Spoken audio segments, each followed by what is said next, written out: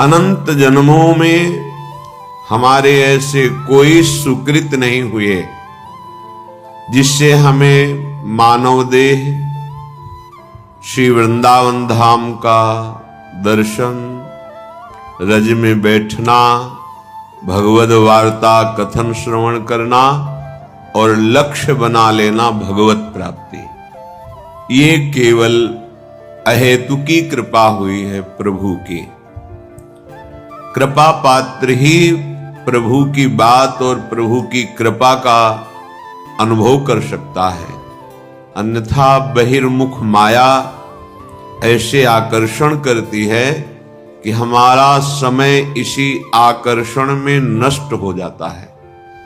जैसे कोई मदिरा पिए हुए उन्मत्त हो, उसे भान नहीं रहता कि मैं क्या बोल रहा हूं, क्या कर रहा हूं, कहां बैठा हूं, कहां पड़ा हूं। ऐसे ही ये माया काम की मदांधता, क्रोध की मदांधता, मोह की, मत्सर की, अभिमान की एक वृत्ति है, अनेकों वृत्तियां हैं जो हमें मतवाला उन्मादित करके ऐसे आचरण करवा देती है जिससे हम अशांत, क्लेशित, दुखी होकर के भटकते रहते हैं। देखो, विचार करके शुद्ध बात को समझो। किसी के भी पास हम जब जाते हैं, यदि वो भगवत मंदिर है, संत हैं, धाम है, तीर्थ है, और हृदय में हमारे ये भाव है कि हमसे बहुत सी गलतियां हुई हैं, भगवान की हम पर कृपा हो, हमारी बुद्धि शुद्ध हो, हम सत मार्ग पर चले तो निश्चित लाभ मिलता है, क्योंकि ये आपका बड़ा भारी सत्कर्म बन गया। कोई आपसे कहे कि हम आपके दुख को मिटा देंगे, वो तो एकमात्र भगवान समर्थ हैं, वो ऐसा कर सकते हैं।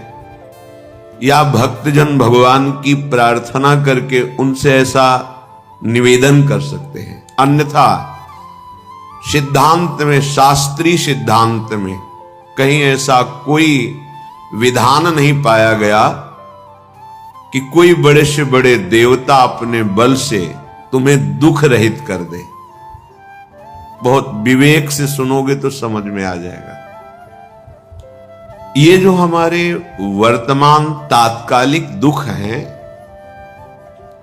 ये हमारे पूर्व कर्मों का फल है, और कर्मों से मुक्ति दिलाने की सामर्थ्य एकमात्र भगवान श्री हरि और अभेद रूप भगवान हर महादेव, बस।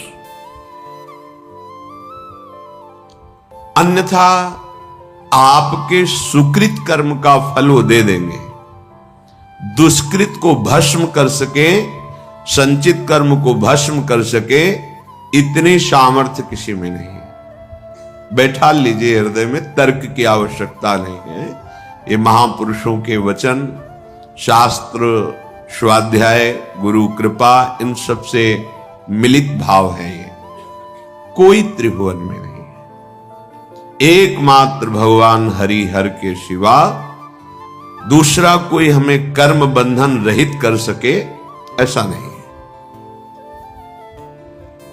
हम जब आशीर्वाद मांगते हैं, किसी से कृपा की याचना करते हैं, तो उसका आंतरिक शास्त्रीय सिद्धांत का भाव यह है कि आप कृपा करो, हमारी बुद्धि शुद्ध हो जाए।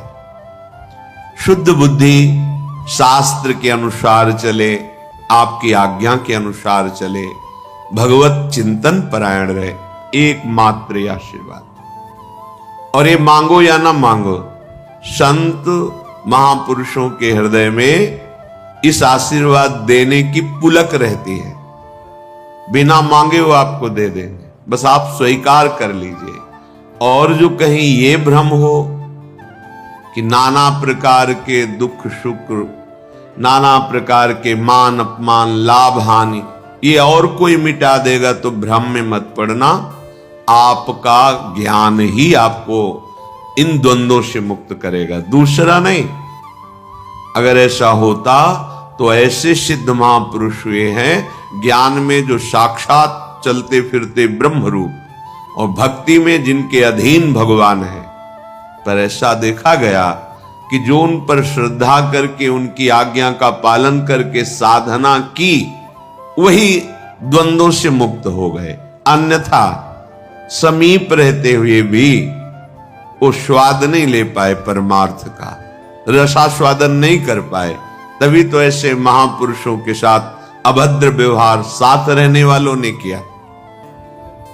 उन महापुरुष के आंतरिक रस को, बल को वही पा सकता है जो उनकी आज्ञा के अनुसार उपासना करे। ये सिद्धांत है।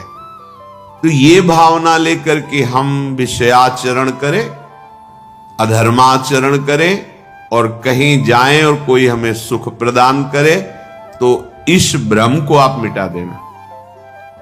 दुख सुख से निवृत्ति आपके ही ज्ञान से होगी। आप अपने ज्ञान के द्वारा अपना उद्धार कर लीजिए। आप अपने ज्ञान को जागृत करते हैं शास्त्र स्वाध्याय से, संत समागम से। अगर आप अपने ज्ञान को ढके रखेंगे और अज्ञान की वृत्तियां बढ़ाएंगे, तो देखो सर्व ज्ञान समुद्र भगवान हृदय में बैठे, फिर भी आप शोकित हैं, दुखी हैं, परेशान हैं। बात को समझिए, कहीं कोई दूसरा उपाय नहीं है।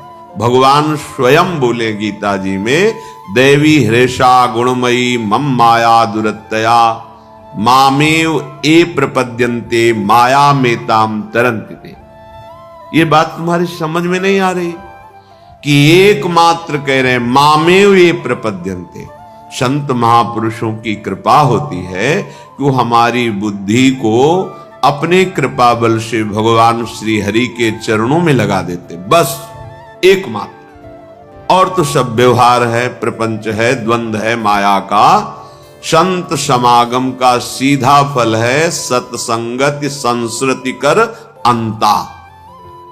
आवागमन, जन्म मृत्यु, दुख सुख, लाभ हानि, ये जो संस्कृति चक्र है, इससे हम मुक्त हो जाएं तो संत कृपा हमारी बुद्धि को प्रभु चरणारविंद में लगा देती है।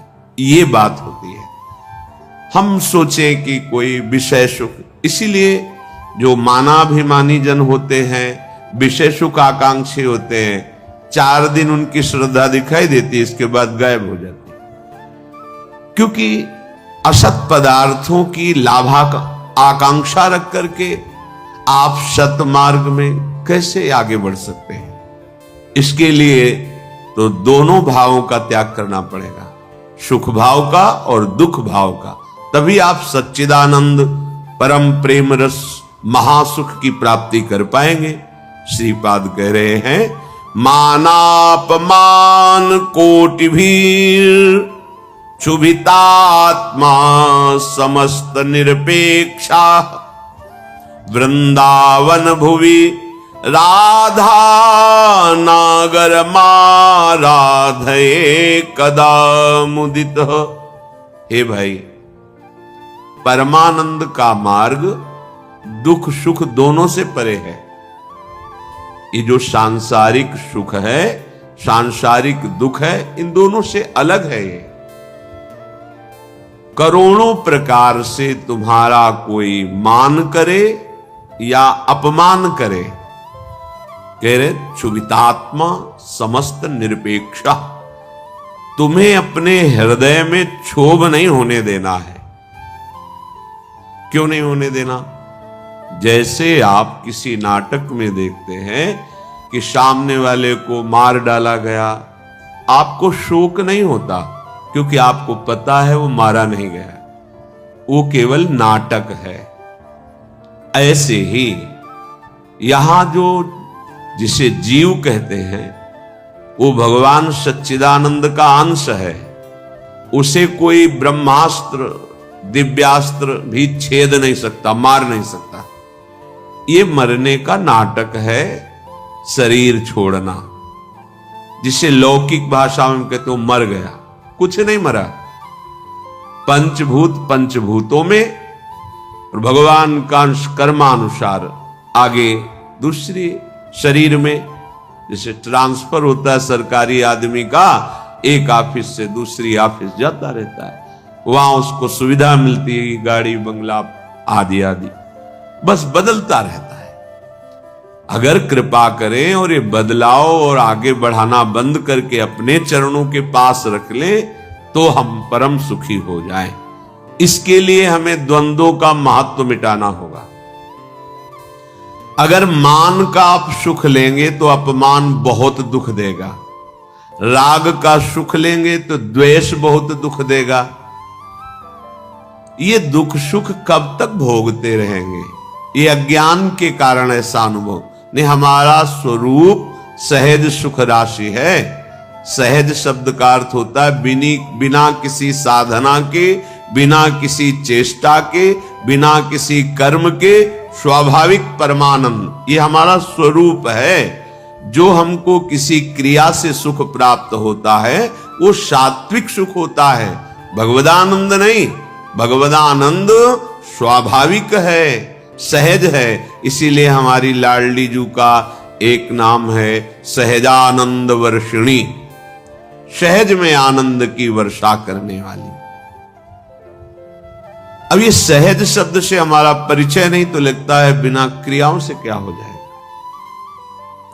जैसे कोई कहता है कि क्रियाओं से क्या हो जाएगा, हमने विचार करके देखा है सत क्रियाओं से बुद्धि पवित्र होती है, असत क्रियाओं से बुद्धि गंदी होती है। गंदी बुद्धि का गंदा निश्चय होता है, पवित्र बुद्धि का दिव्य निश्चय होता है। बस इतना हुआ क्रियाओं से।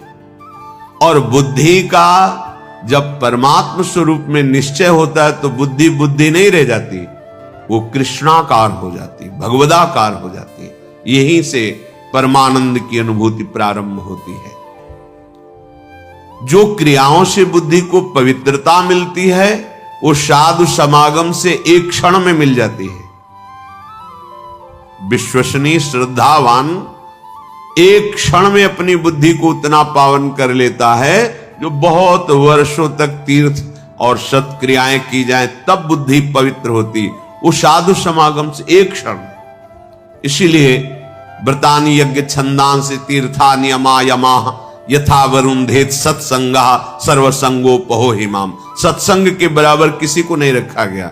व्रत नियम तीर्थयाटन वेदों का स्वाध्याय दान पुण्य ये सब एक तरफ और साधु समागम एक तरफ। एक क्षण में बुद्धि को इतना पावन कर दे कि वो प्रभु प्यारे लगने लगे, अपने दोष अपने को चुभने लगे, असहनीय हो जाए। ये साधु समागम का ये आशीर्वाद है, ये कृपा है, ये फल है। मांगने की जरूरत नहीं है। आप श्रद्धा विश्वास पूर्वक साधु समागम करें तो ये आपके अंदर आने लगेगा। देखो परम साधु श्रीपाद प्रबोधानंद जी कहे, मानापमान कोटि भीर, करोड़ों प्रकार से तुम्हारा कोई मान कर। ये बिल्कुल ऐसा ही नाटक है जैसे सिनेमा में आप देखते हैं, बिल्कुल ये माया का सिनेमा है। ना मान की यहां सत्ता है ना कोई अपमान की सत्ता है। पीछे जन्म में हमारे कितने दुश्मन थे, कितने मित्र थे, कितना परिवार था, कितना बैंक बैलेंस था, कितना हम ग्रेजुएट थे, सब खत्म। अगर भगवत प्राप्ति नहीं तो इस जन्म का भी सब खत्म प्रयास। तो ऐसा खेल खेल रहे हैं कि वो सब खत्म हो जाता है, फिर नया। तो ऐसा खेल खेलो जो खत्म न हो। वो क्या है? भगवत स्मरण, भगवत आश्रय, प्रभु की आराधना। मानापमान कोटि भी रक्षु। ये जो हमारे अंदर क्षोभ पैदा होता है किसी भी विषय से, ये अज्ञान से होता है, ये किसी के आशीर्वाद से नहीं मिटेगा। बड़ा आश्चर्य लगता है कि समझते नहीं। आप आशीर्वाद दे दो हमारा मन शांत हो जाए, कोई आशीर्वाद नहीं है।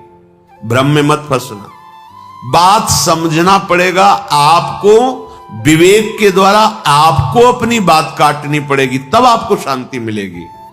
तात्कालिक शांति, जैसे कोई बहुत थका हुआ पथिक आया, वातानुकूलित कक्ष में बैठ गया तो उसको तात्कालिक शांति मिलती, लेकिन स्थायी नहीं।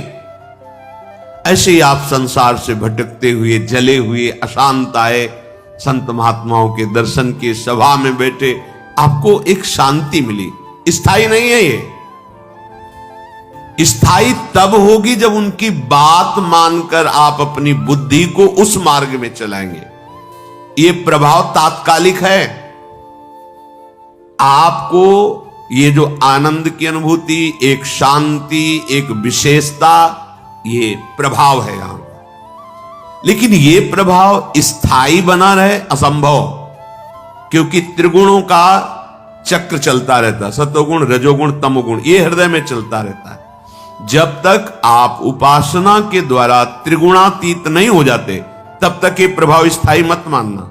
आंसू आ सकते हैं, रोमांच हो सकता है, तो प्रेम लक्षणा भक्ति थोड़ी हो सकती है।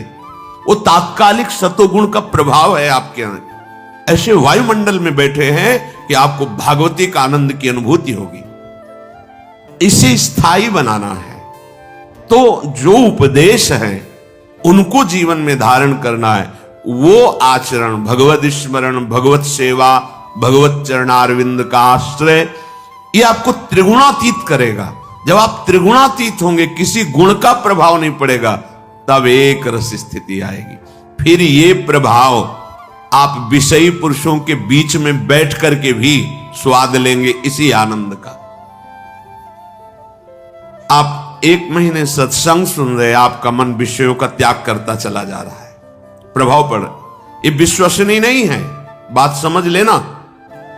जहां कुसंग हुआ तहां ऐसे करेगा हाथी का स्नान जैसा। अरे बहुत, एक बार गिरे गया, वो वहीं ले जाएगा। पूरे जीवन सतमार्ग का सावधानी पूर्वक अनुसरण, तब जाके द्वंद्वातीत स्थिति आती है, माया पर विजय प्राप्त करता है। ये जो क्षोभ होता है, किसी भी कोई बोल दिया, कटु बोल दिया, निंदा कर दी, उपहास कर दिया, हृदय में दुख पहुंचा, ये साधना की बहुत बड़ी कमजोर स्थिति है। एक बार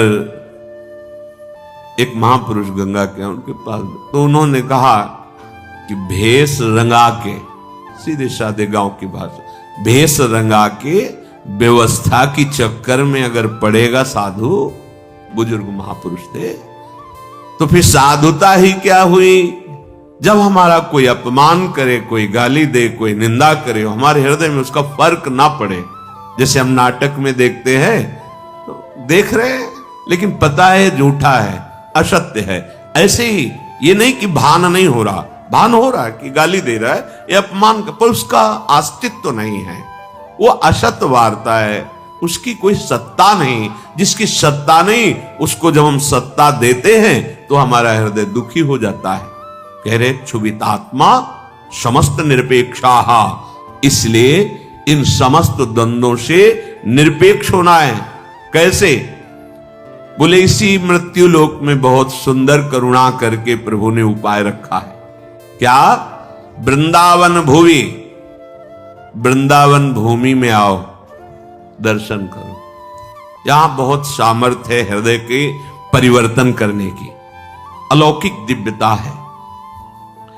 राधा नागर माराधे कदा मुदिता, किशोरी और किशोर जी की आराधना में तुम ऐसे आनंद को प्राप्त होगे कि ये कोई भी मान अपमान, दुख सुख, जन्म मृत्यु, ये तुम्हें व्यापेंगे नहीं।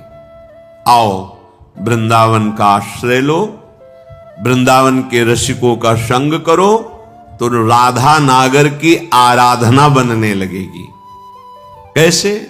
शरीरम श्री वृंदावन भुवि सदा स्थापय, मनः सदा पार्श्वे वृंदावन रसिकयोर न्यस्य भजने, वचस्तत्केलीना मनवरत गाने रमयत, कथा पीयूषादौ श्रवण युगलम प्रीति विकलम।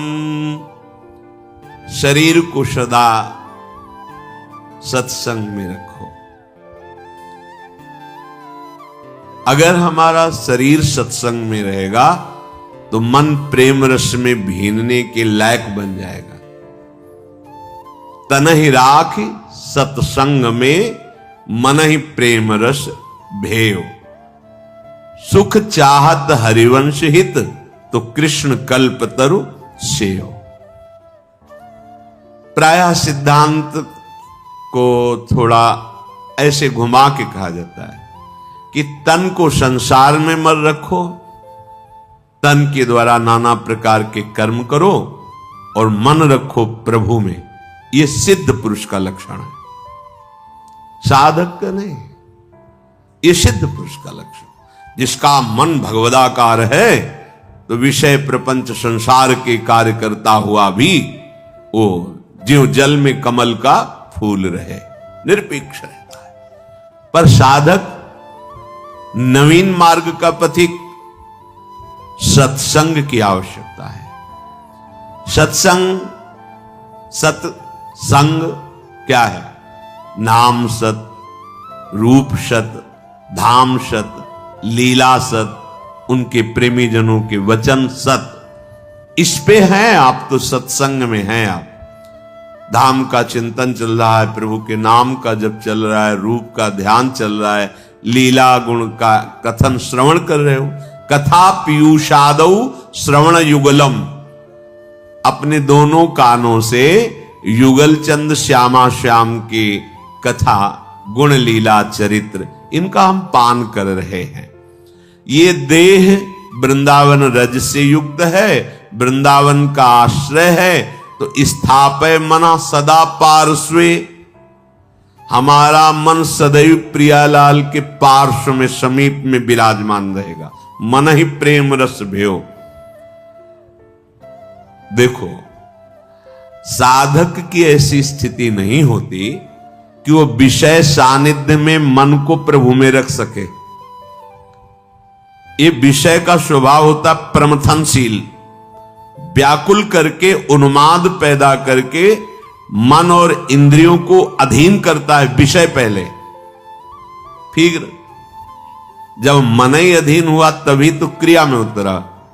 लेकिन सिद्ध पुरुष की ऐसी स्थिति नहीं होती। एक बार विदेहराज जनक से किसी महात्मा ने पूछा कि आप तो पूरा राजकाज संभालते हैं, पूरा रजोगुण का वैभव है, राजसी वैभव, आप विदेह कहे जाते हैं, कैसे विदेह? तो कहा कि ठीक, किसी समय बताएंगे, अभी तो अंदर से नहीं आ रही प्रेरणा, बताएंगे। क्या जनक जी उसी समय नहीं बता सकते? बता सकते थे, पर जब उससे प्रमाण के सहित तब पता चलता है। जाओ, आज प्रसाद पाकर शयन करो, प्रेरणा होगी हम बता देंगे। शयन कक्ष में बड़ी सुंदर राजा की सैया जैसे महात्मा को शयन कराया। अर्धरात्रि में रानी से कहा, जाओ, आज्ञा है, शयन करो जाके उनके साथ। जब ही देखा स्त्री तो बड़े संयमी महात्मा थे। वो जितना इधर शकील थे और नजदीक, दीवाल की तरफ मुंह करके समय व्यतीत किया। सुबह आए, बड़े गुस्सा से बोले, ये क्या तरीका है आपका? जानते हो हम संत हैं। तो क्या हुआ महाराज? शायद वो आपकी पत्नी ही थी, सैया में जाके लेट गई। फिर क्या हुआ? फिर हम शकीलते गए। फिर क्या हुआ? जब दीवाल मिली तो उधर मुंह करके पड़े रहे। फिर कोई आपको परेशानी नहीं हुई? बोले, हमने पीछे फिर देखा ही नहीं, दीवाल की। तो तुमने उस शरीर को दीवाल क्यों नहीं मान लिया? उस शरीर को स्त्री शरीर मान करके भय करते रहे, और दीवाल में आप संतोष कर लिए। अगर उसे ही एक दीवाल समझ लेते और आप यथावत अपनी शांति बनाए रखते। बोले, ऐसा कैसे हो सकता है? बोले, ऐसा हो सकता है जब एकाकार ब्रह्म स्थिति होती है। एक दिन वो आए तो देखा संतों के लिए वहां कोई रोक टोक नहीं थी। जनक जी अपने निज महल में शयन कर रहे थे, उन्मनी अवस्था थी। एक हाथ स्त्री के वक्षा स्थल पर और एक पैर हिलक गया था, तो नीचे सर्दी का समय था, अंगीठी उसके ताप में वो जल रहा था। दौड़ के गए, चरण हटाया। महाराज वास्तविक उनको होश नहीं था, ना स्त्री के वक्षा स्थल के स्पर्श का सुख था और ना अग्नि के ताप का भान था। ब्रह्माकार वृत्ति, ये सिद्ध पुरुषों का सहज स्वाभाविक स्थिति होती, मन का प्रभाव होता है कि वो अपने आराध्य में अब वो विषयान ग्रहणंतु मुंचंतु वा, वो तुम्हें दिखाई दे रहे हैं विषय सेवन करते हुए या प्रपंची लोगों के बीच में, उनकी एक रस स्थिति रहती है। पर साधक को, उपासक को मन को प्रभु में स्थापित करना है, क्योंकि वो विषयों में, तो इससे सावधान होकर सत्संग करना है। केवल वार्ता ही सत्संग नहीं कहलाती, इसका मनन करके आचरण में उतारना।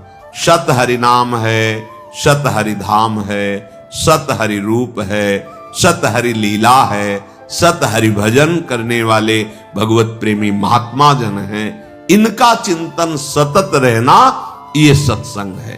तो सतत तभी रह सकता है जब तन ही राखे सत्संग में, तन को अधिक से अधिक सत्संग में रखा जाए।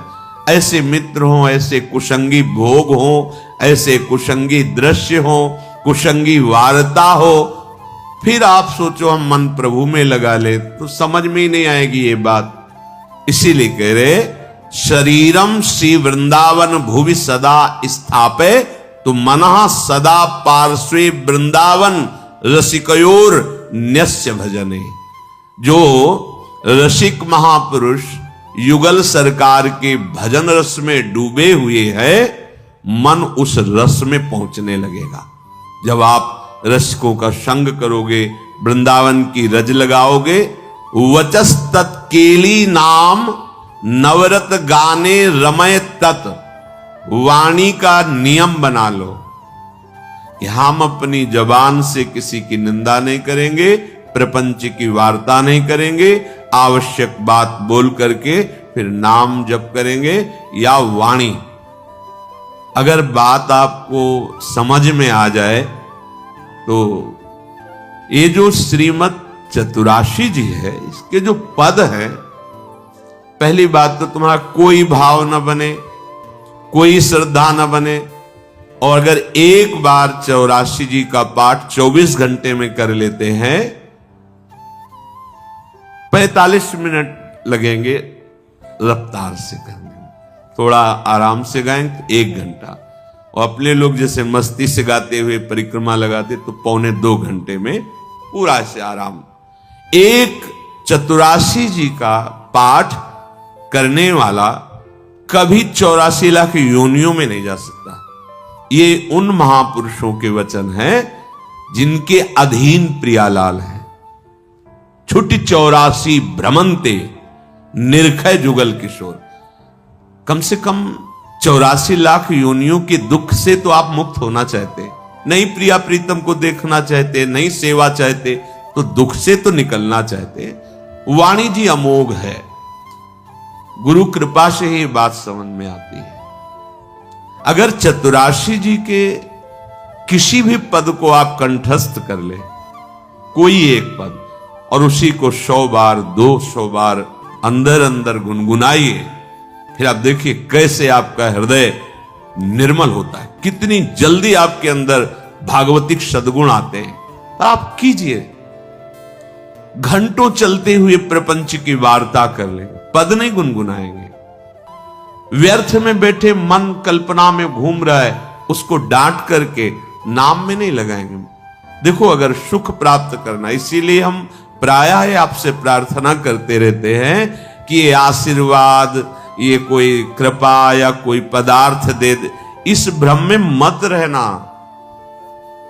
ऐसे ऐसे महापुरुषों के दर्शन हुए हैं जो गुरु कृपा से, इष्ट कृपा से ही केवल उनका दर्शन हो सकता। दिगंबर, शरीर की शुद्ध नहीं, खान पान की, जहां पैर नहीं रख सकते हो ऐसी तपती हुई बालू, उसमें दिगंबर पड़े हैं।